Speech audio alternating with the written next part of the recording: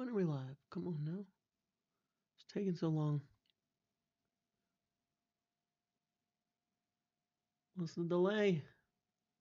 Where are we? There we go. All right, sorry. It was really slow. Hello. Boom, boom, boom. Mateta is in the room. I'm curious about the reaction to this one. Good morning, everybody. Good afternoon, rather. It's not even morning for me anymore. I mean, it's like noon now. So a nice little Saturday noon. Bruh, I look at your face daily now. So do I. Yeah. Yeah. Um, I hope you bring Hackney news. Me too. 40 million is a bit too much for Mateta. We're going to talk about Mateta. I definitely want to talk about this Mateta thing and my thoughts on it. Pluses, minuses, things like that. I don't think I don't think actually most people's problem with signing Jean-Philippe Mateta would be the to do necessarily with Mateta himself, but more to do with, potentially what does it mean? I mean, he is 27, going on 28, and he only has 2 seasons here over 10 goals. He did score. He's had a bit of a weird career, hasn't he? Interesting. But we'll talk about it. We will talk about it. We will talk about it. There's reasons to get it to that it makes sense. While we're here, while people are filing in, please do the thing. Ring the bell, push the button, thumbs up, like, subscribe, abuse, leave it for me, all that kind of stuff. You know what I mean? That kind of thing. Just do that. Please. And yeah, there's a number of things that I want to share today or talk about. And I have some news, but I'm not quite yet able to talk about it, which is very irritating for me and I think very irritating for you. So I really do apologize for that. I know it's annoying when I do that. Part of the problem is as opposed to traditional journalists, I'm on here every single day. With traditional journalists, they often will get something, check it out, wait for permissions, publishing things, permissions to release, stuff like that. And then they won't just write anything until they can. But for me, I'm trying to keep you updated as well in kind of even the process of of information, of how it works in this kind of business. I think that's part of the thing that's interesting in in what I'm trying to do with the channel too, is that I want people to understand kind of how things happen and why too, not just the just like putting something out randomly here or there. But I will indicate what it's about. There's going to be more changes within the club. There's going to be more changes within the football side of the club from a staffing standpoint. So soon, and they will be noticeable when it happens. And I'm not talking like the manager's getting sacked or some shit like that. That's not what I mean. But yeah, there will be more, and there will be more to come. And when I can, or when I have something on it in more detail, with all of that, then we'll talk about it some more. But there are a couple or a few significant changes to come in the near future on within the football side of things. Hold on one second. My son is walking in to ask me something.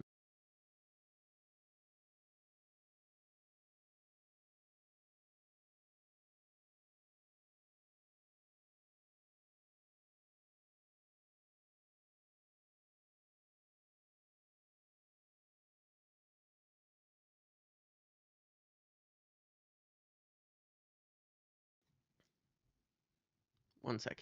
You did not shut my door. 1 second.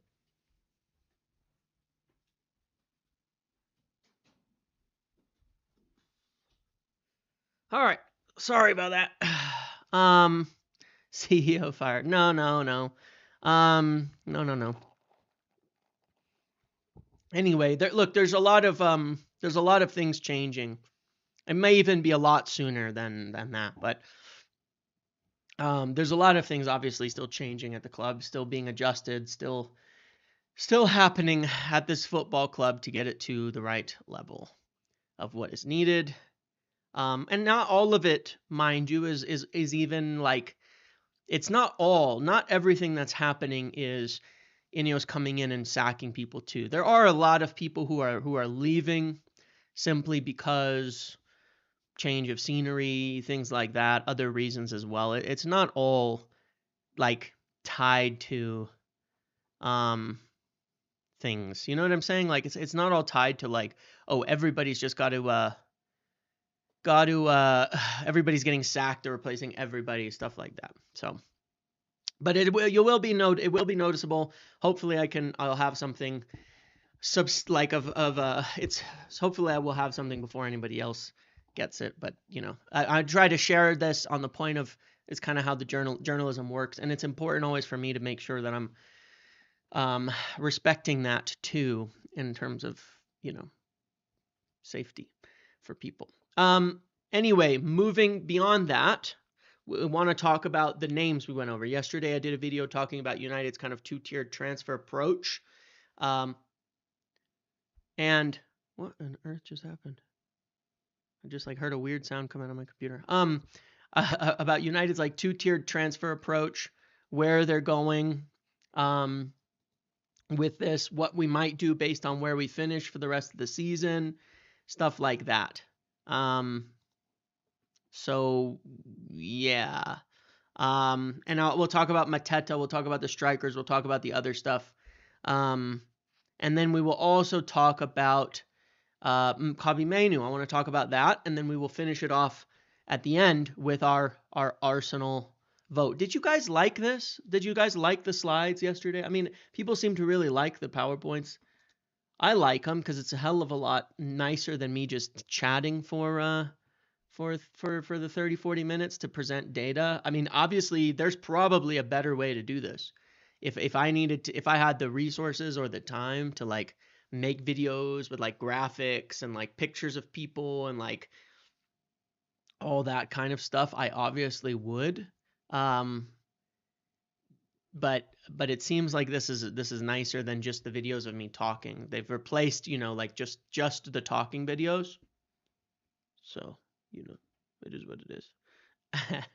Well, you guys, some of the same people here arguing is funny. Slides make it super easy to see and understand. Well, that's good. I mean, look, I thought that the stuff on, the PSR PR one was like a sliding doors moment of wait, I can actually get people to understand shit this way. And I'm not insulting people. I'm saying it's a way that I felt competent at getting my points across to people. In a way that was understandable for them, where I could put my thoughts down in a more visual sense to explain. And I thought a lot of people give me such great feedback on that video that since then I've gotten nothing but positive feedback on the PowerPoints. So yeah. Next time do it on Word. Can I get to what I have for us? This is it, man. This is me. I'm what you get. I'm what I have for you. Okay, that may sound egotistical, but this is just me. If I could get a female K-pop, I have asked my wife a lot. I've asked my wife to record these videos for me. I said, listen, you're pretty, you're blonde. If you got on here and did these videos, we would make a lot of money. Okay, I know how the internet works. Please. But no, she doesn't want to. I don't think it's the best idea, but I have asked for it. Maybe one day I'll convince her to just do one of these videos for me, like it's me, and see what happens. Just pretend like nothing changed, and she just delivers one of the videos one day. But anyway, we'll leave it at that. Moving on to what we actually do want to discuss today. Let's get to our strikers and let's get to um not only fan. Why are you you guys what's wrong with you guys? I just said she's pretty. I didn't there's nothing to do with it, it's nothing to do with that. Don't go off the rails here. I didn't like good lord, that's my wife you're talking about. God damn. What the hell's wrong with you guys? Um okay. This is why she says no, you know? This stupid thing. Hold on a second. You're getting to see like the behind the scenes of the slides instead of the actual thing. Hold on a sec here. Figure it out. It's nothing on here. It's just for some reason it's not showing the right screen for my slideshows. For my slideshow here. Why is it doing it like that? That I don't know. What are you doing, man? Hold on. Let's go. No. Okay.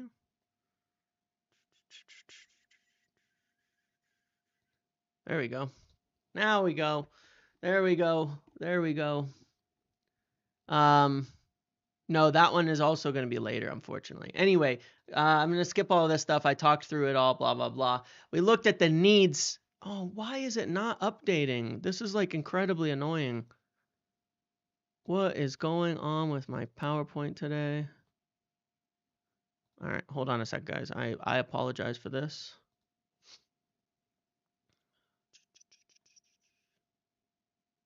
I apologize that this is taking too long.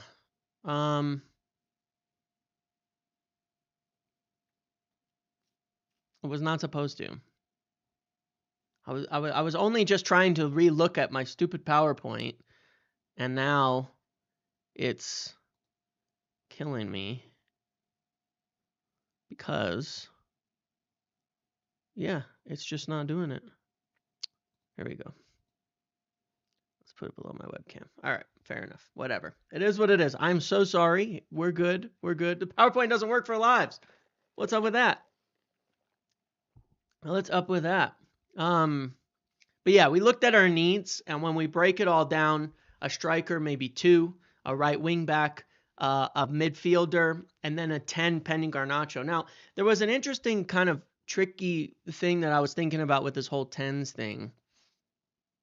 And there was an interesting thing that I was thinking with this whole 10s thing, right? If you take like the 10s that we have, Xerxes, Garnacho, Bruno, and Ahmad, with Xerxes kind of fully moving into a 10s role, and United are pretty happy with him. I don't think he's going anywhere. They're pretty happy with him. Obviously, he's coming along. He actually fits really, really well into this 10s position. But here's the thing I was thinking about for a second, guys. If Bruno gets pushed back up forward,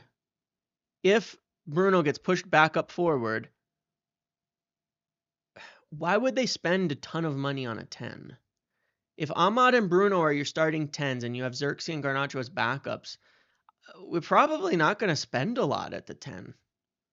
I mean, look, in theory, Bruno and Ahmad make two of the best 10s in the league, don't they?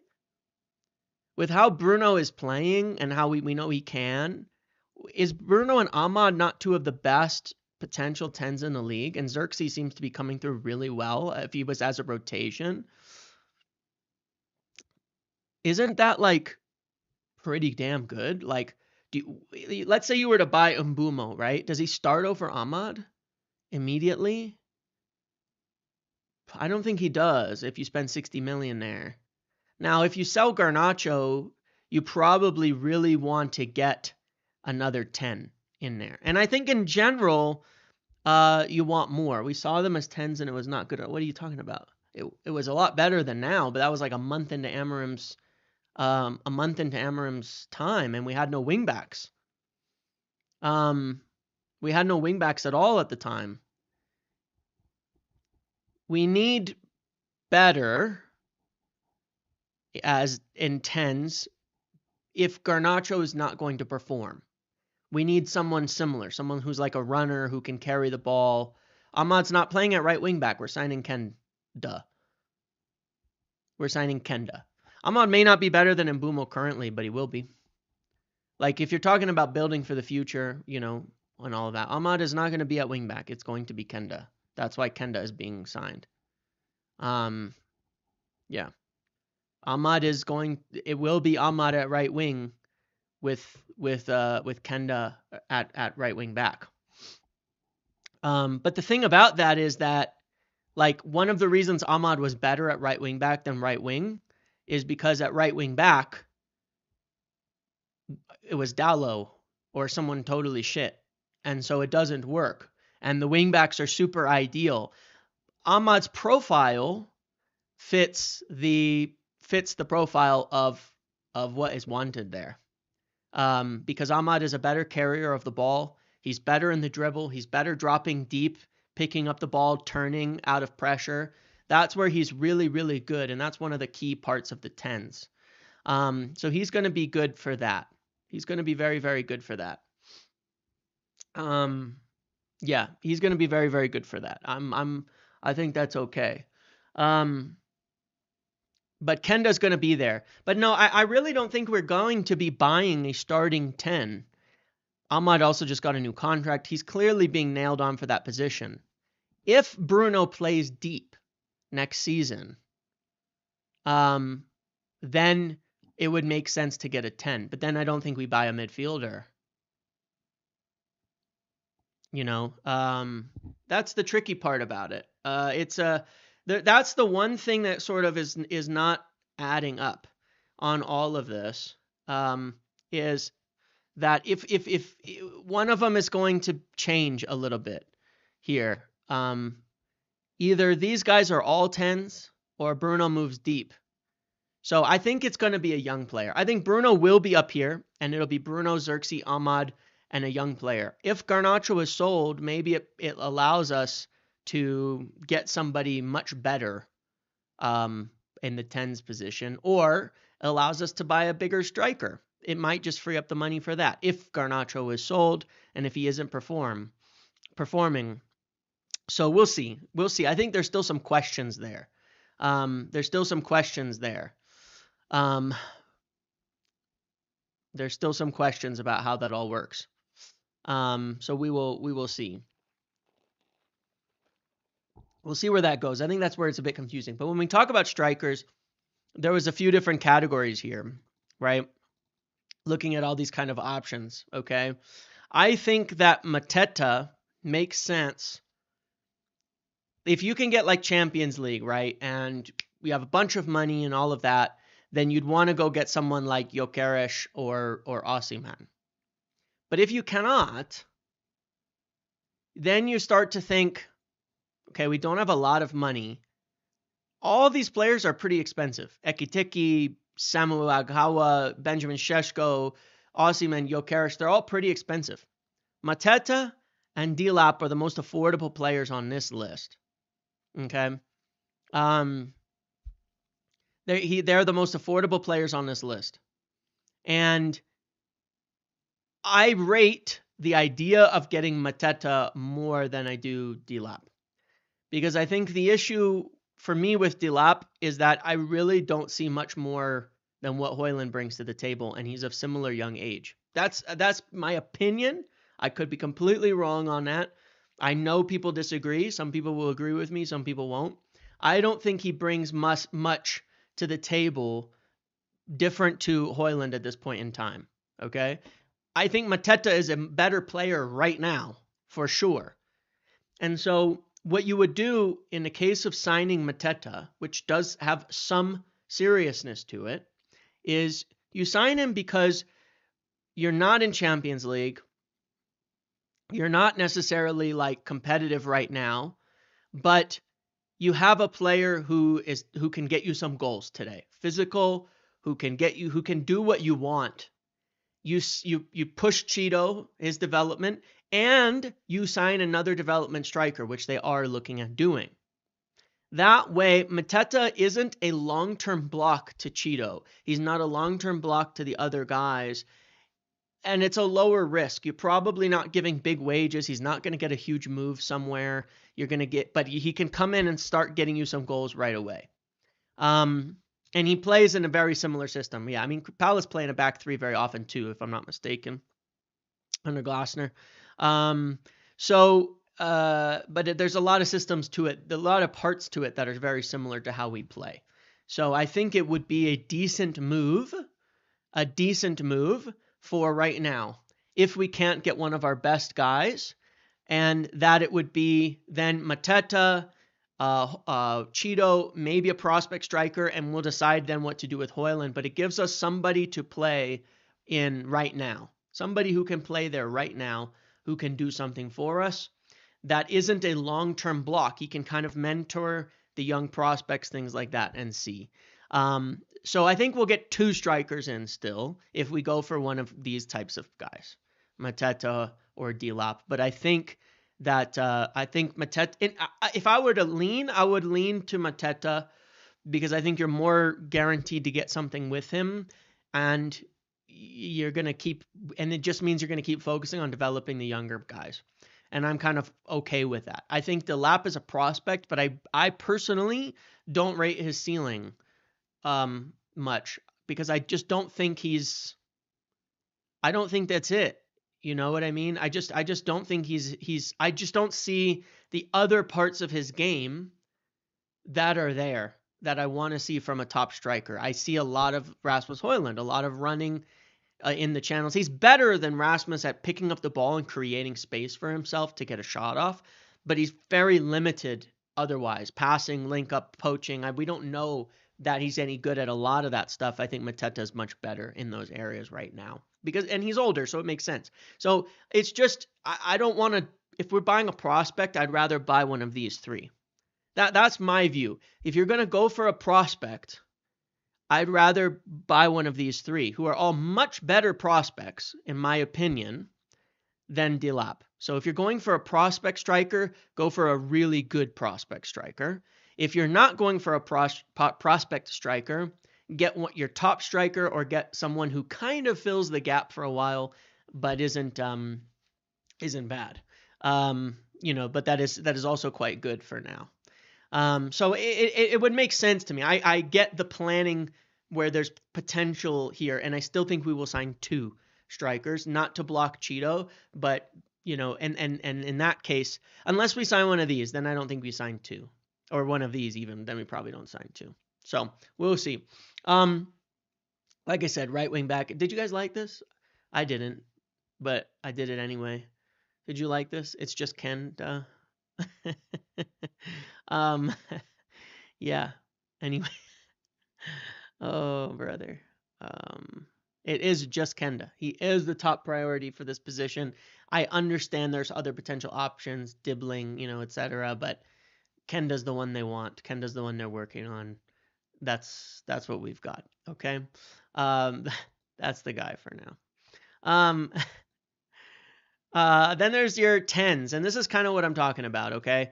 If you're dad jokes, yes, thank you. If you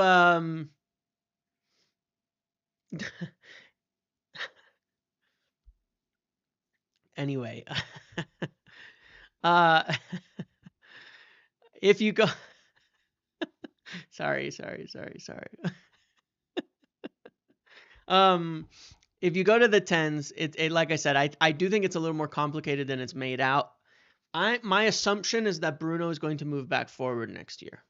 Okay, that is my assumption. My assumption is Bruno will move back forward. My assumption is, you have to also add in mind on the 10s. What about Kobbie Mainoo? If you have Bruno, Ahmad, Xerxes, Mainoo, Garnacho, all capable of playing in the 10s, where are you putting, what are you doing? It's a weird situation. It's a weird situation. It is a weird situation. But I think that Cunha, you have to avoid his his temperament, discipline issues, or you can't look past that. It's actually pretty fucking bad. I would avoid at all costs that, especially after the second one. Like, one time is one time, but we don't need this. Like, we really don't need this. And bearing in mind, he's not a player who's had like 5 seasons at top level. A couple of seasons at top level, a couple good seasons, and then being shit with getting red cards and stuff is not it for me. You know what I mean? It's not it for me. I do think in the long term, this is my opinion. I've shared it before. I've said it. Look, I'm not the only one who thinks this. Ten Hag played him deep. Amorim started with him deep. In the long term, Kobbie Mainoo, for me, has to be in the midfield. I do not believe he fits the 10s for Amorim's system at all. I'll give you a comparison, though. When in recent games, when Xerxes been in the 10, however, the way he's been playing is to drop really deep very often, get the ball in midfield, turn, carry, evade pressure, and move it up the pitch. Mainoo probably does. That's closer to Mainoo's best role. Not sitting forward as a 10 making runs. That's not his best role. He is a good carrier of the ball. He is a good evader of pressure. And that's why I think you need him in the midfield. When we get good, no, we don't need progressive passing. I promise you gotta look. There's a video I want to share. I'll share it in a minute. Okay, hold on. No, I'll share it in a minute. I'll come back to it. I want to share it somebody posted it, but it's from 442. Some of you have probably watched this. And if you have, you will understand exactly what I've been saying since before we hired Amorim. You do not need progressive passing from the midfield, and it's not our problem. It is not what's going wrong. But there's a video from 442 from the guy on there, and he did an excellent explanation of exactly what is wrong with United right now.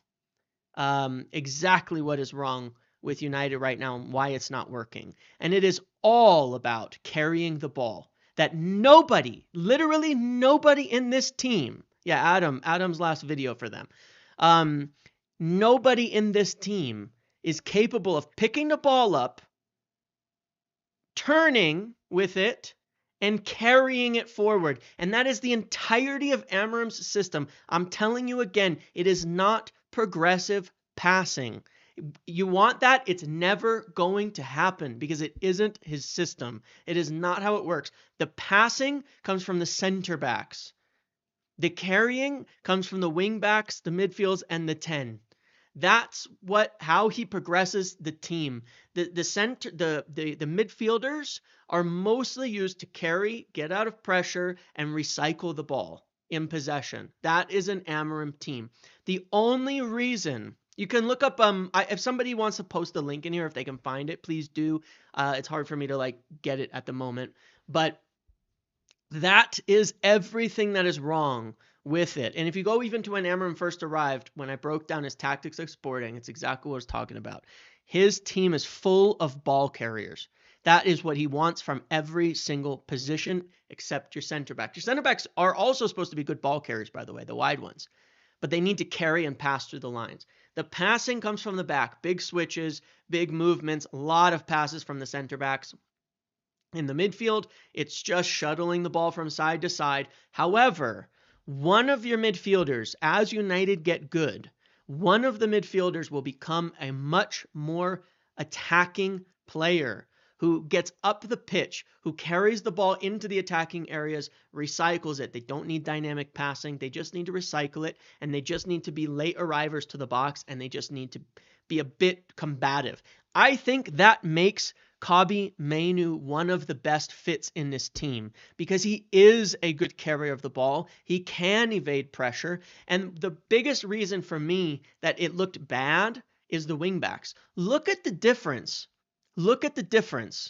When even when Dorgu's had a bad game, You can see the difference between when he's playing on the left versus Dalot in terms of his positioning, the kinds of spaces it opens up. Watch that game against Sociedad back and look at how much space there was behind Dorgu for a midfielder or Xerxes to come in, pick the ball up, and move it up in progressions. It was so easy. There was miles of space because he's actually doing his job on that side, even though he had a bad game, in terms of his execution with the ball. It was much, much, much, much better in terms of the spaces it created for the team, as opposed to when Dalot continuously would drop deep from those positions and all of that.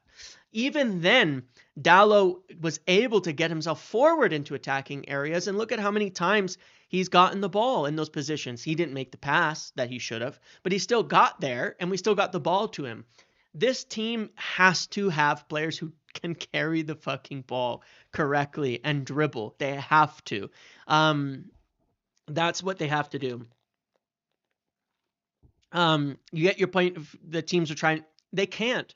It's numbers. If you go block off the wing backs, which some teams do, the middle opens up because it's supposed to be high and wide. And then the 10s have to drop deeper than the wing backs so that the center backs can pass through the lines to the number 10s. So you think your strikers here, your 10s here, your wing backs here. If they push up and guard and cover the wing backs, your 10s got to come deep so your center backs can pass vertical passes to the 10s that those 10s have to be able to receive the ball, turn, and move it forward and find the wing backs down, or just run it forward and progress it up the pitch. It's what Sporting did. It's what Gonçalves did extremely well. I think Bruno can do it. I think Ahmad is great at it. It's one of his best attributes and why we always look better when he plays no matter what. But I think we need more players like it. Xerxes is doing better at it. That's one of the things he's improving on, is he's noting when the wing back goes high to come deep, and he's finding massive, massive gaps to receive the ball and turn under pressure. Garnacho could do it, but he seems to not do it. And that's part of the frustration with him, is that Garnacho could be a good progressor of the ball, but he doesn't drop deep. He's still sitting high, maybe it's just because we need a threat down there because the wing back on the side is usually not there. But Garnacho could do it, but he's just not executing anything at the moment particularly well. So I do think we need another 10, but I'm not convinced it's going to be like a starting 10, because I think we've got kind of enough there. And while Mbeumo is a good player, in the final third especially, good goal scorer, more of a threat, he's not necessarily that player for his skill set. Cunha is much more of that player. Cunha fits like an absolute glove, but the discipline problems are concerning. Cunha is like literally perfect for this, because he does it all the time, even for Wolves. Comes deeper and picks it up and drives the ball up forward. Cunha is the right guy for that, but unfortunately, there's just a lot of reasons to avoid him. But Cunha is quite perfect profile-wise. Among the young players, there are a lot of good potential options for this. However, the wide center backs are tasked with the traditional. Yeah, so look, David, like at when Lissandra was there the last few games before his injury, unfortunately, you see how high he gets? He's stepping into the midfield and even beyond, winning the ball high in the right positions, breaking the lines, driving through. Yoro's been doing better and better and better at it. Morgan Rogers would be also perfect. Correct. You are totally correct. But some of these young guys would fit. Mastantuono would fit. Certainly. I've watched a bit of Nene Dorgelis now, and I see exactly why they want him. He's both sides, technical, good with both feet, and a good carrier of the ball. So I think that's what they would want out of this 10, is someone who can intelligently drop deep, grab the ball out of pressure, turn, run up the pitch, all of that. So anyway, that's part of it. You're not interested in the discipline woke nonsense? Oh, man. Yes, I have something against Cunha. He's gotten 2 red cards for hitting people. That's not normal behavior. This is not normal behavior. To get bans for literally punching people. That is not normal behavior. Who else has been banned for punching someone in the last 5 years? Who else? I ask you to name me players who have gotten banned in the Premier League for punching people, and then who's done it twice. I want to know. Has anybody in the last 20 years been banned for punching people twice? Probably in the last 20 years, I'm thinking between 2000 and 2010. I think it's probably happened. But, I mean, this guy is Draymond Green. He's a talented player who just can't stop punching people. I wouldn't, it's a risk. It's a risk. It's a big risk.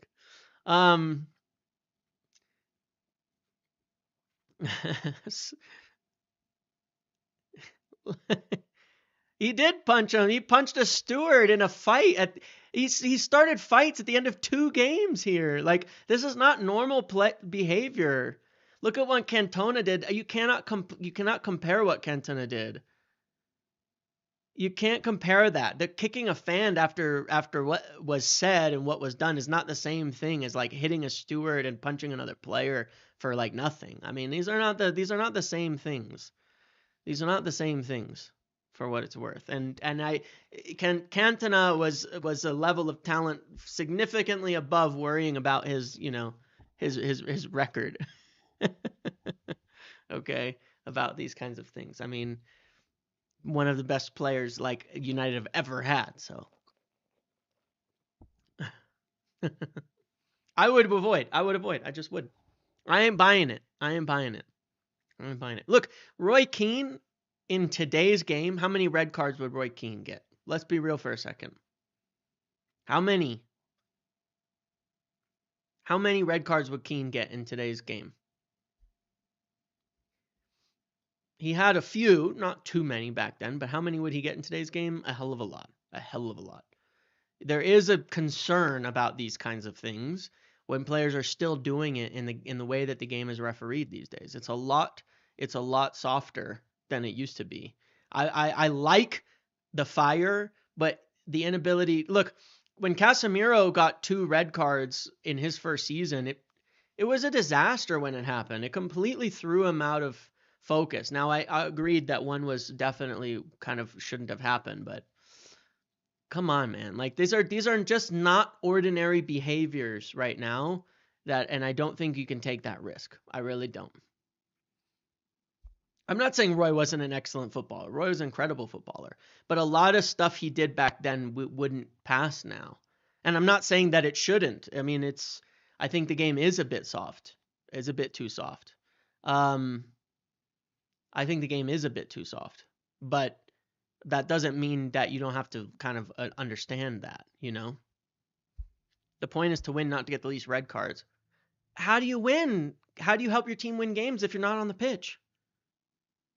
If you get banned for 7 games, how are you? You can't help your team if you're banned. Cunha can't help his team while he's banned.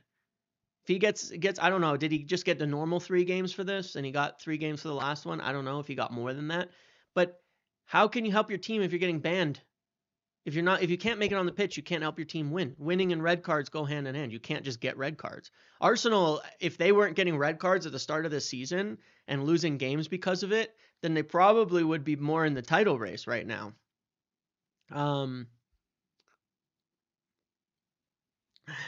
So anyway, it's just, I don't think you can disconnect those things like that. Availability is vital to being a good player, But not to say from a talent standpoint, we got all these leaders in our locker room, our great locker room that's going to control and not allow people to go crazy. We've got leaders who will keep Cunha in line. Yeah. Our strong locker room presence that helps players settle in and control themselves. We've got a great atmosphere, great environment to bring a player into. Totally great. It's the best. We've got the best environments. That's what I'm told. Anyway, I do think that we will end up getting one of these younger players, and it could be a different one, mind you. But one of these is probably the case. Ooh. Yeah, Rooney to me is the perfect player. His talent and aggression balanced being correctly. Rooney is the perfect footballer for me and always will be my favorite. But Rooney wasn't a guy going around throwing punches all the time. He was the right way of being aggressive. Rooney. His aggression was near perfect. Definitely always will be my favorite player. We go to center backs, blah, blah, blah, all of that. I don't want to discuss this too much because we'll see what they do with it. I did like the interesting links to Jimenez and Yusuf, and I think based on balance that DeBast would be great. Lukumi is not on my list because I haven't heard us link to him. I thought he'd be one of the best fits too. In one of the videos I did like some months ago, he was one I noted that I thought would make a lot of sense, but there's been literally zero links to him. None. I have none, and I've not heard any. I've not heard any at all. And then in the midfield, I think this is where it's really dependent on what we do here. Yusuf is this Turkish player who plays for Jose's team that we were linked to just the other day, saying we were scouting him, and it kind of does indicate we're looking at like young center backs because we need at least another one. For the but I did want to mention Todibo. Oops, let me go back. I did want. Wait, how do I go backwards? No, I'm going forwards. There we go. I did want to mention Todibo because he was like we nearly got him. Obviously, it was blocked by UEFA, but we would have signed him. Profile-wise, he fits perfectly. Back three, he played in Nice. High volume passing, athletic, physical, fast as fuck. Profile-wise, he fits a lot of what we might want out of a center back. But he's had a weird season. But then again, he might be available cheap. He's still young. He still has good physical traits. He still has a lot of the reasons we were interested in before. So, yeah, it's an interesting one. He could play in the center or on the side. I'm keeping an eye on that because we really were like about to buy him. We were literally about to buy him. He is fast as fuck. I mean, he's like the fastest. He was like the fastest player in France at the time, from what I recall. Like literally could keep up with Mbappe type of fast. He was fast. He was very, very fast. So yeah. He has been poor for West Ham, but it's been tricky, because he had some fights like with Lopetegui, it's hard to. He's really high. He was really, really highly rated. He's just had a weird time at West Ham, but it's really hard to judge based on West Ham. They've also changed managers midseason. Lopetegui was like a disaster. And it's just been weird. And then he had a couple injuries with that. So it's just been like a poorly settled time for him. So I'm not saying he's been good. I would get the risk with it, but he also might be available on the cheap. And yeah, his skill set doesn't suit West Ham. They're not a possession-based, like, pass it around. Like, when he was at Nice, he had games where he was making 100-plus passes a game. That's not West Ham, but it is here. It is what we do here and what we will do with center backs having, like, the most touches on the team. That is kind of, and he played in a 3-back, and so there's a lot of reasons that he would fit here and that we wanted him. So we'll see. But he has had issues. He also, I think, he got in a fight with the manager. So you're right on discipline issues. So I have concerns, justifiably, but I'm saying let's keep an eye out for it. Like I said, I do have those same concerns because he had like a fight with Lopetegui in training and shit. But I think everybody hated Lopetegui, so I don't know. Maybe he was justified. Is Todibo? Yes, but I believe it's an obligation, which means they'll be obliged to buy him, and then we could buy him from them. I don't know. I'm keeping an eye on it.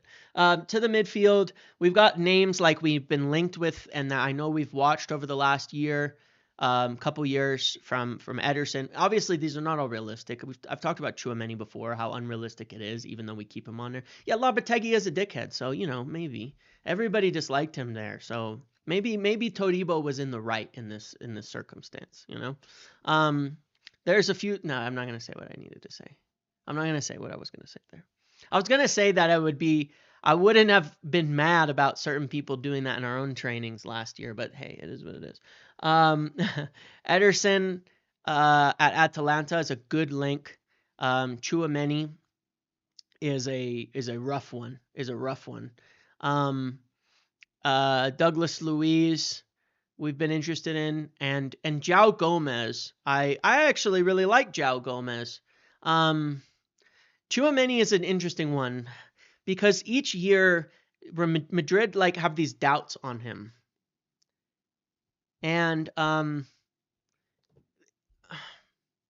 there's talk like that they're gonna be like maybe shopping him around a little bit, but then they've kept him, and I just don't know. Like Madrid are so funny though. Like if they don't win the Champions League, they might turn and they always have like a sacrifice when they don't win the Champions League. They don't win the Champions League, so they like sacrifice somebody and say like that's the guy that's the problem, and they sacrifice him.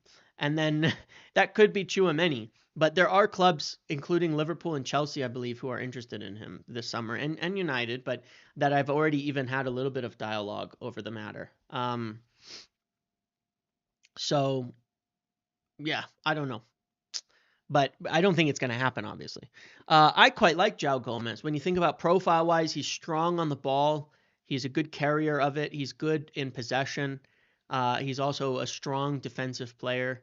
So I like João Gomez as a name, but I wouldn't pay too much money. Then you've got prospects like Wharton and Hackney. Tchouaméni is a 6 and a 0 defense board. And I don't disagree with you, but that's why I kind of look at him like he'd probably be a player I would push a little more forward. They've also even played him at center back, so, I don't know. But Wharton and Hackney, Wharton because we've been watching him for a while, Hackney because we have been scouting him. Yeah. Hackney's like very much a good all-action progressive midfielder who you would play as a very advanced 8, I think, in this United team.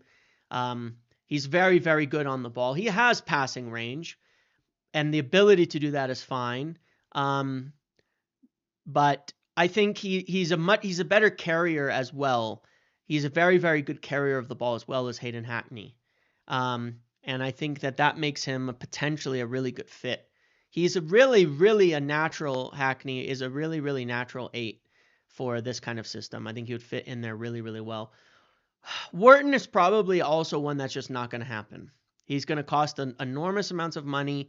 He's had a weird season, and Palace are going to want to keep him another year and then sell him big. But yes, Hackney is like a young Carrick, and I think he would. But he's very good carrying the ball and getting forward and getting around the goal and helping in the final third too. And so I think he makes a very natural attacking 8 that would work pretty well for us too. And he'd only be like 25 million, so I like that option. For keepers, there's guys like I say Ramsdale types because you think of someone like who like how Arsenal got a Ramsdale, someone going in there. All of these would improve us. It's not the most exciting list of options, and we're going to have to live with that for now. And we'll look at it in the second at the end. I won't take too much longer on this.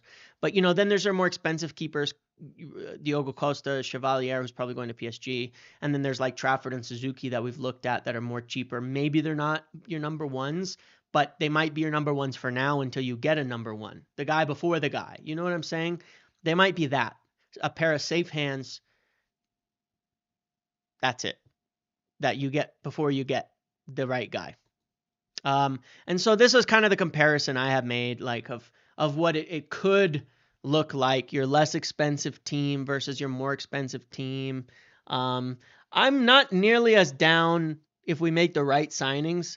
If you have Mateta in here, obviously as a potential option.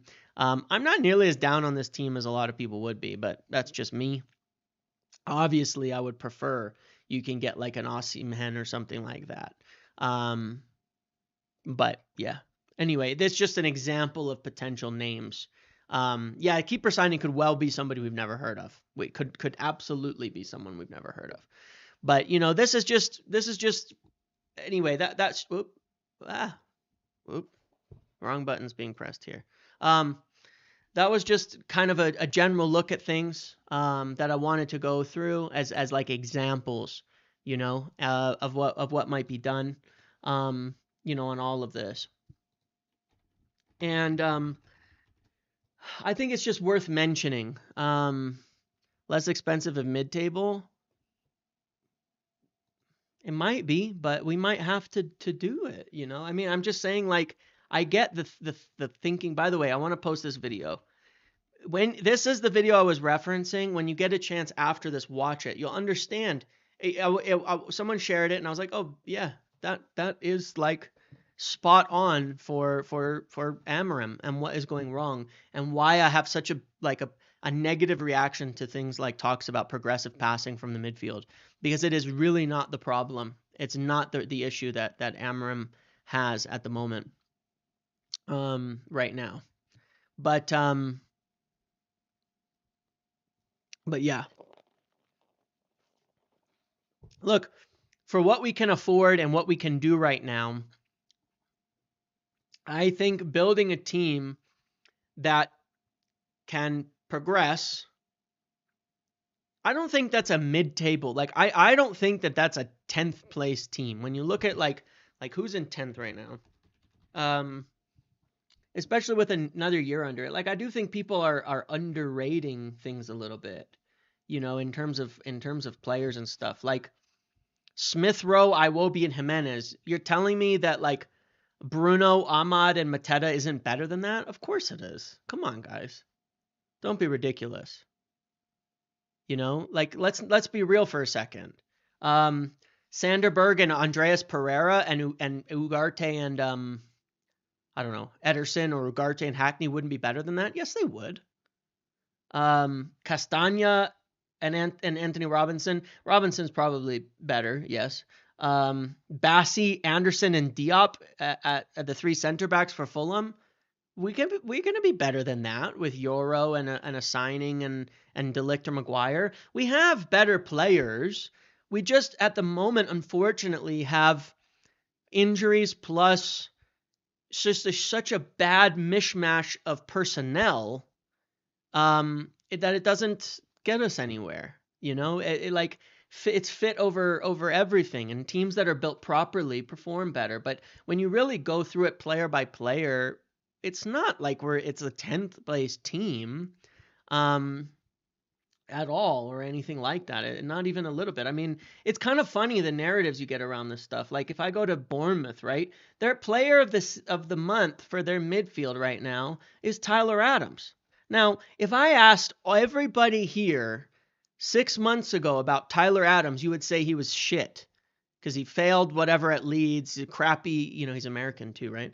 People would have said Tyler Adams is absolutely terrible, not a Premier League level player a year ago. It's all about getting the team right. It's all about getting the team right. You can't just necessarily just evaluate on a simplistic basis on things. It's bigger to get the team right than anything else. Tyler Adams and Alex Scott being the midfield pairing for Bournemouth, who are a good side, nobody would have said that. Nobody would have said that. No, Tyler Adams is better than a midfield. No, he's not. He's really not, though. I've watched Tyler Adams his whole career. He's not better than the midfielders we have. I mean, when I'm talking about Ugarte, Mainoo, and Bruno, he's not better than them. He's not. I guarantee you he's not. I've watched Tyler Adams his entire career, and he's not better than them. He's good. He works really hard, but he fits extremely well into a well-coached team, and that's the key. It's all about fit over everything. That's really the key to it. It's I think it's too simple to try to judge people in this way. If you asked a lot of people about a lot of the players in many of these teams before, they would never have told you these were great players in the past. Nobody would have said Tavernier, Evanilson, and Semenyo is a better front three. It's like we've just built a bunch of random players. That is the truth of it. And that's it. I mean, Evan Nilsson, the striker for Bournemouth, has 5 goals. It's not like a lot of these teams have players who are just like absolutely, tearing it up across the board, everywhere. But, it is what it is. It's like they build proper teams that function together. We've watched teams that have built their teams properly and function together, and teams are greater than the sums of their parts. And so it throws off a lot of analysis on how you look at players. Completely, it completely changes all of those kinds of things. So I don't think it's that simple to do it. I think that like the team that we're building, if it all fits correctly, is a lot better than people think, but it's mostly about just getting the team right and growing. Yes, Mike W., you're completely correct. He's a good player, but he's really just a hard worker. And in the right system that suits him, Adams is a good player. He's not like some player like, oh my God, like our midfielders are better, factually. It's just they're capable of so much more than what he can do from a technical and capability standpoint. It's just, it is what it is. But yeah, our attack, look, right now, it's not. Right now, we do have a worse team than a lot of these guys. But I'm talking next season when you look at what was like put together, the cost versus not cost, etc. Properly built, it's a lot better than what it is. Yeah. I mean, and I don't take the league position arguments because Maguire and Lindelof were the pairing that got second in the Premier League. So don't give me the arguments that we're losing. It means players are bad, because Maguire and Lindelof got second in the league. Teams are better than when they fit. That team was really good for Ollie, so it worked for Ollie, and it was better than the sum of its parts. Right now, it's just nonsense. It's just a smattering of complete random bullshit that doesn't suit anything. That's why I urge you to watch that video I posted, because it will be enlightening as to exactly why it's so bad, and it's not what you think. It really isn't. It is for a lot of you. You probably get it, but if you watch it, you will understand exactly why we are so bad in this system, and why Amorim's system is probably making us worse, given the players that we have. It is absolutely making us worse in the short term, for sure, no doubt about it. Speaking of Kobbie Mainoo, again, what I want to say about this, what I want to say about this, is that I don't think the briefs are particularly helpful. His agents, and yes, this isn't the club briefing against him and shit like that. I promise you that is not the case. How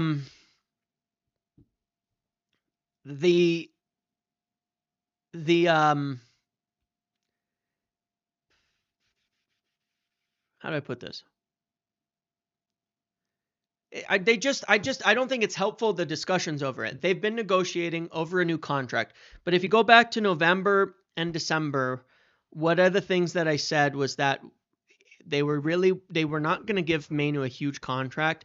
And one of the things they wanted to judge was injuries and his ability to stay healthy, because he's had a lot of injuries. He hasn't been healthy for a lot of times, for a long time. He's missed half of the time he's been in the senior team. He's been injured.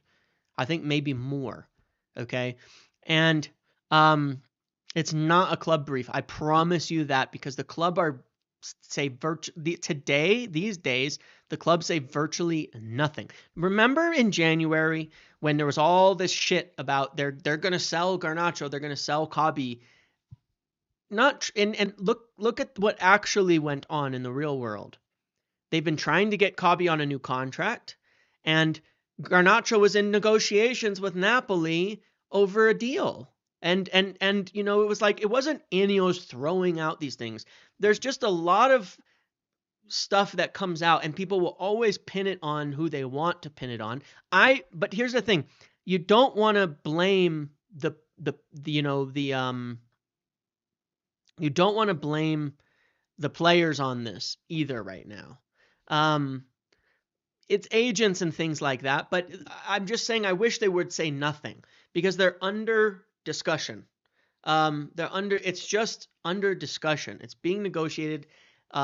He's not going to get 180,000 at United. It's just not going to happen. What he will likely get is pretty much similar to what Ahmad got and what a lot of the players we signed this summer got, which will be in the 120 to 150 range. And I'm quite confident the deal will get done at that amount. If he doesn't want that, could he be sold? Yes. If he won't agree to a new contract by the end of the season on that basis, could he be sold? Yeah. That's just how it works, though. They're not going to be strong-armed into giving big contracts out. But the thing is, it's okay. Like, none of this is all normal contract negotiations. Agents and players want to get the most money for themselves. The club want to have their spending. It is what it is. There doesn't need to be a problem made out of this. But Kabi, if he wants to be paid his position in the squad, paid what he has, what he's deserving of his position in the squad. Well, what is his position in the squad? He's like borderline starter, 120. You look at like what Liverpool did when they built their team. They paid a lot of players between 120 and 125 for the building. Do I want to sell Kabi? No. Should we sell Kabi? No. Does anybody want to sell Kabi? No. Do the club want to sell Kabi? No. Everybody wants to work with him and get it done, and I think it will happen. I don't like the things in the media because it sets a wrong tone on money. Because like you look at the issue with this with Kabi. He's only been in the team like one season.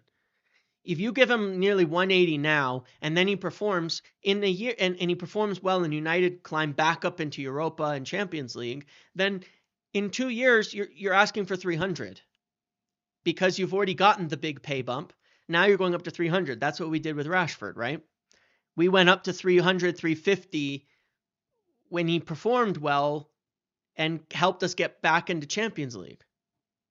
And because he was already on 250. 200. So what was the next way to reward a player? It's too much, too fast. It's the wrong growth curve for wages. Right now, going to 100, 120 makes sense.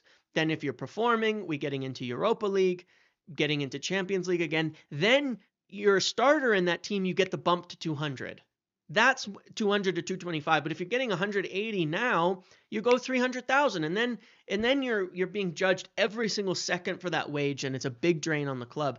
We don't want to go back to that where we've accelerated the wage structures too quickly. That first kind of bigger contract should be like 120, so that there's room to bump them up to 175 to 200 for your starters. So I'm sure they'll get something done at the end of the day. I just think that I don't think the briefings are doing any favors because it's not like it's from a position of that much strength at the moment for Kabi. It's been a rough season. He's had multiple injuries. He's not really nailed down a spot in the team. That doesn't mean we should sell him. That doesn't mean he's not a great talent and we should keep him. And I think he will. I'm fairly confident he will still sign a deal at the end of the day.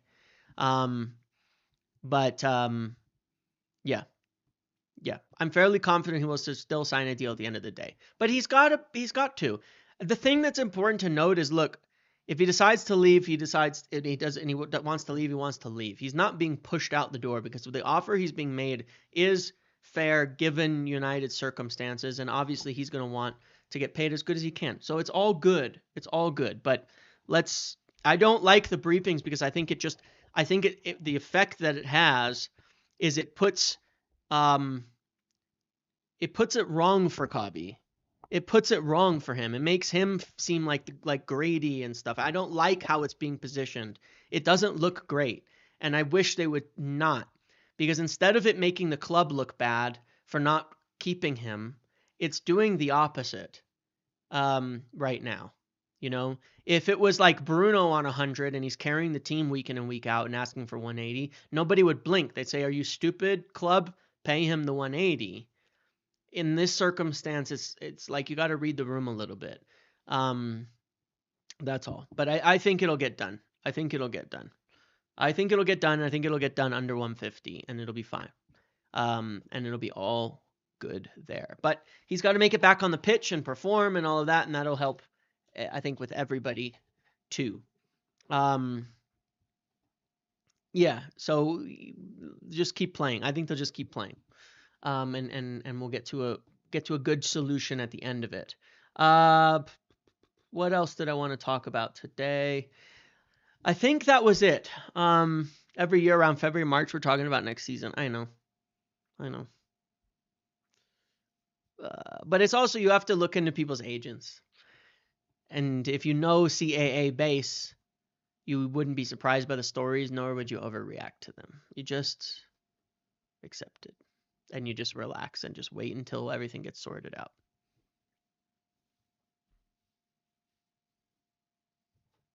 Okay. Is there anything else before we move on to Arsenal? Anything else that I wanted to cover before we moved on to Arsenal? I think I've covered everything I wanted to cover. I've had a good discussion. Been over an hour, so I got to get to the last part and wrap this up. It's interesting, this Arsenal game, because you can hear by the way Amorim's talking that like Europa is everything, right? His tone's changed a little, if you noted that, about Europa. Like this is a big deal. I think he was trying to take pressure off of the team, to be honest, with some of the things he said earlier. But Europa is everything. It is the beginning. It is our season, is Europa League right now. And I think he kind of is making that clear with some of his talk now in the last day, where he's like, not rush players back for Arsenal. You know, we got to rotate. We got to be ready for next week. He's practically looking beyond Arsenal, and I think that's correct, right? I think you know, sometimes we have like games and we're like, we wish the manager was like serious about those games. I think all of us wouldn't care right now if we played 11 kids against Arsenal and went out strong against Sociedad at home next Thursday, right? I think we would all much rather that at the end of the day, because Europa is everything. And we actually did pretty well and should have won, and we should win it at home. I think none of us will care if we do nothing against Arsenal if it means we would beat Sociedad, right? At this point in time. That's where we're at. What do you mean we should have lost? Splash, you're so negative, man. You're so negative, man. You're always negative about the players we're linked with. What do you mean we should have lost to Sociedad? We were so much the better team. So much the better team. We should have won by 3 goals if we were even half decent in executing or finishing chances. We should have been away with that game before halftime. We were much better than them. Much better than them. An interesting outlook. Now I understand why you're so negative when we're talking about players. We definitely should not have lost to Sociedad. But here's an interesting thing that I was thinking about. Let's look at let's look at this. One of the things that is interesting is we're going to have to play Amos, Heaven, or Lindelof tomorrow. We have to play one of the 3.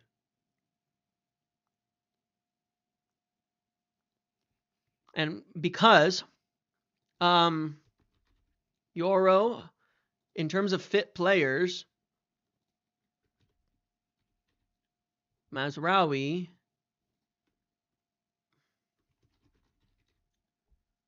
that's all we have.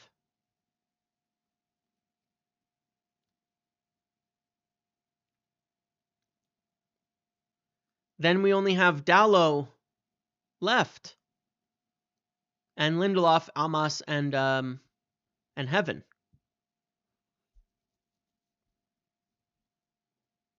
So we're going to leave these 2 in because these are 2, and we don't have any fit keepers, so we'll leave that in.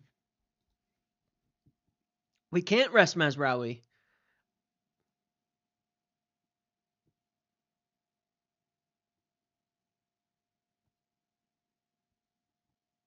you know? So let's vote. I mean, who should be our left center back? Heaven, Lindelof. I guess it could be left center back or right center back because Euro can play either side. Let's vote for these three. I think people are going to vote for Aiden Heaven here, right?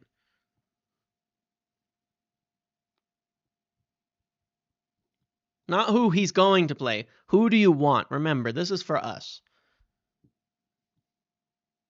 I will be disappointed if Lindelof starts. I will be disappointed. Because given the state of things in the Premier League right now, I really I am not going to critique the selection, youth usage in Europa right now because it's so vital to us. But I will be disappointed if we don't start any kids in the league that are been in the team. I will be disappointed because I do want to see us play more kids in the league. You know, I really, really do. I don't know about throwing Heaven to the Wolves, but I get it. But he's in the squad, so why not play? I just what is Lindelof doing for us in a game that is meaning pretty much nothing? Why play him? You know, I got why Lindelof came on against Europa, in the Europa against Sociedad because he's a more experienced player and you're trying to see out a game for 5-10 minutes in a high pressure environment. It makes sense. But in the Premier League, what's the point here, man? I would put, you don't have Saka, you don't have a striker.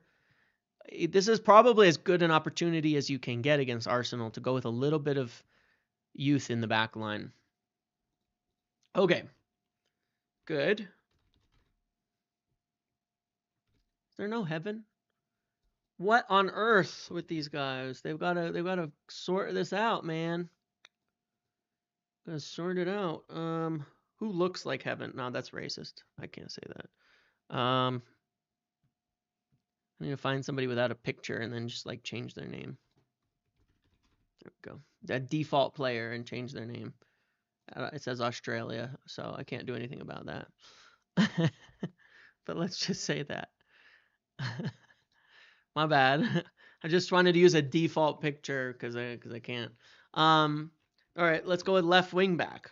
Almas or Dallo. Or Mazraoui, I guess. With Dallo on the right is also a possibility.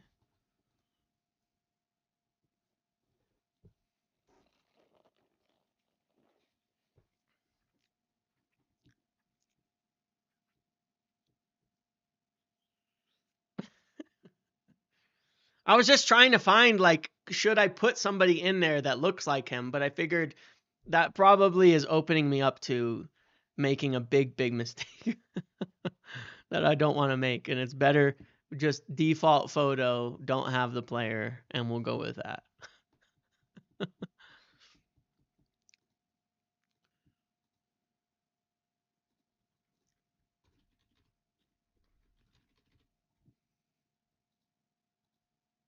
Imagine we do this, right? That would be nice.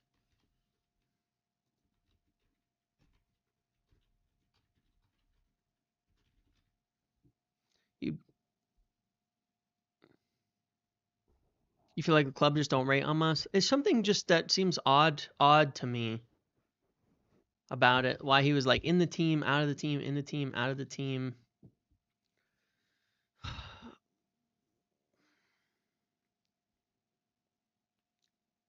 Well, I didn't do anything mic'd up, so I didn't follow through with it. I would have said the same thing about a white guy or, you know. But with a white guy, it would have been probably more acceptable given that I'm white. But I'm just saying I didn't do it because I thought better of it.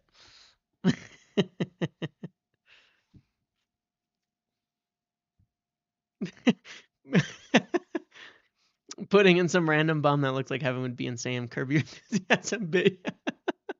Yeah, it would. Fortunately, I thought better of it. Still invited to the cookout. It's fine. Thank you.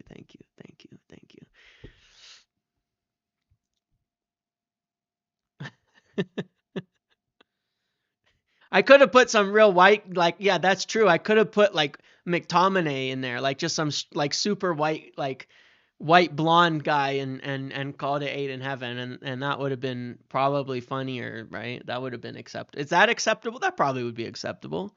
Um, that would have been acceptable. All right, Mazraoui. I mean, yeah, he's gonna start Tiogo. Then again, it was the first time he ever commented something on Dallo like bad. Dallo bad. Uh I'm a Ugarte, he said I think he's holding him back for the second leg. So I'm gonna put some options in here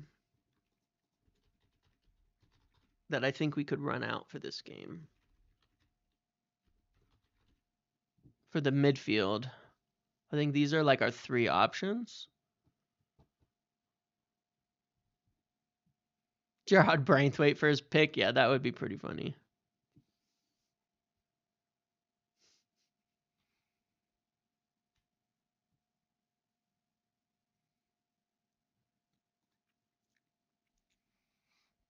I would go Collier, Casemiro, get Bruno up front into the front 3, because otherwise it's gonna be goddamn Garnacho. I don't want to see, but then again, we kind of need we might need Casemiro for Thursday. Yeah, I don't think Casemiro could play, can he?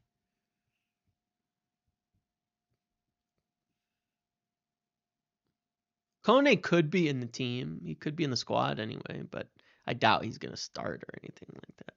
We don't know. Rest Bruno? But yeah, personally, I would go with like Collier and Casemiro and put Bruno forward, but at the same time, Casemiro, I would like to use him in Thursday for sure. He's much safer in Europe. I don't want to see him in the Premier League. We don't have a lot of good choices.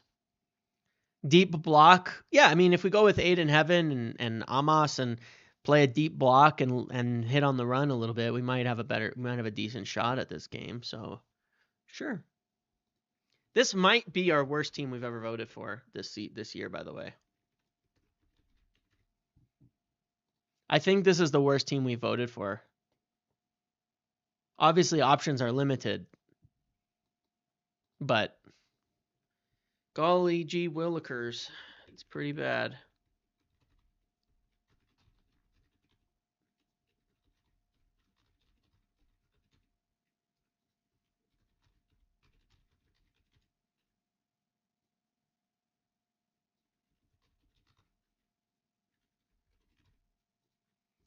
Don't have a lot of options up front.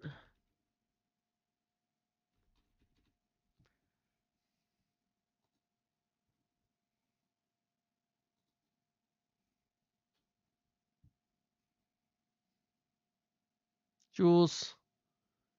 Hello. Hi, Jules.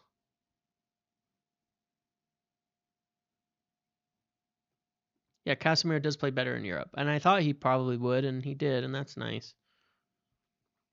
I think we got to just stick with Xerxes, Garnacho, and Rasmus, I think. But I'd take Xerxes, Eriksen, Rasmus might work too, you know?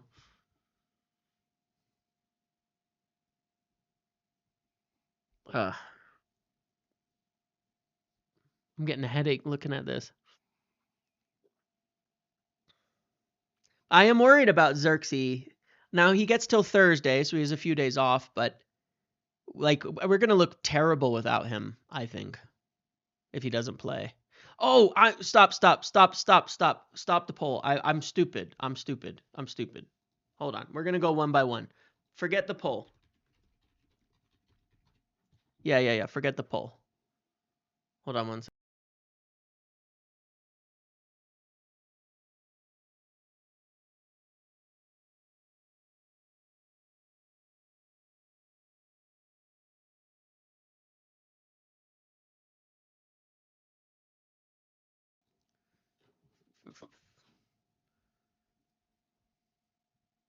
Yeah, forget the poll for a second. I was fully intending to say we should be starting Cheeto tomorrow.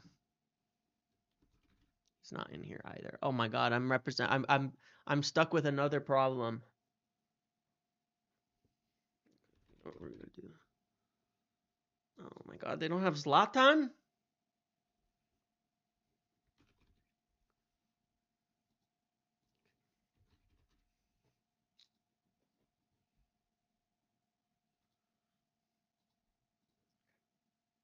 Just going with my favorite striker of the last few years for Cheeto. uh,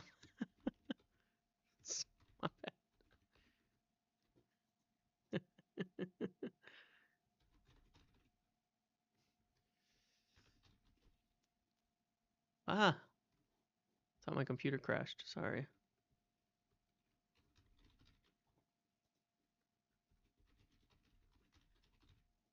Okay.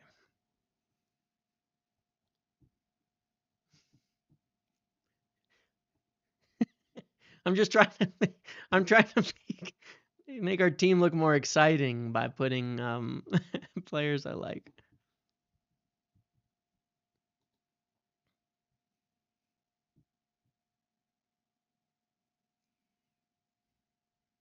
Yeah, I know. I would consider resting Xerxes too, even though I think he should play. Like, I would consider resting him because midweek I would want to go like, um, probably Ugarte, Casemiro, Bruno, Xerxes, and somebody.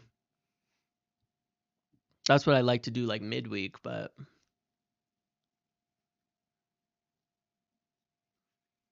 Jack Fletcher, I play Jack Fletcher right now, but unless I've seen him going with the team, I'm not gonna put him in the vote because otherwise the votes just get too crazy. Just like I'd put Kamason on the right wing back right now. Give Xerxes 1 hour, sure. I mean, he's obviously fit. Good for him, you know. He's obviously fit, in shape, and he can get some rest after this. But I just don't want him to be tired for Thursday because we need it. But it's at home. Fortunately, we don't have all the travel and shit. That's the one positive too, is we have no travel, so we just get to 3 days and then we're at home again. We should be pretty fresh. Should be okay. All right, this is the team. This is very much the worst team that we've put together. Like, I like that we voted for youth in this, okay? I like that we've got Amos, Heaven, and Cheeto Cavani in there, but this is definitely far and away the worst team we voted for. But you know what's funny? I bet if we played it, it would be okay. It would be okay. Hell of a team in March to be putting out on the pitch. Hell of a team against the second place team in the Premier League. Anyway, guys, I'm going to end it there. Thank you for hanging out with me today. I'll be back tomorrow morning for a pre-match and then the watch along for Arsenal. Have a good rest of your Saturday. See you tomorrow. Enjoy. Thanks for hanging out with me. Goodbye. Have fun. Enjoy your day. And hopefully we get something fun to watch tomorrow. All right? Good luck, everybody. See you later.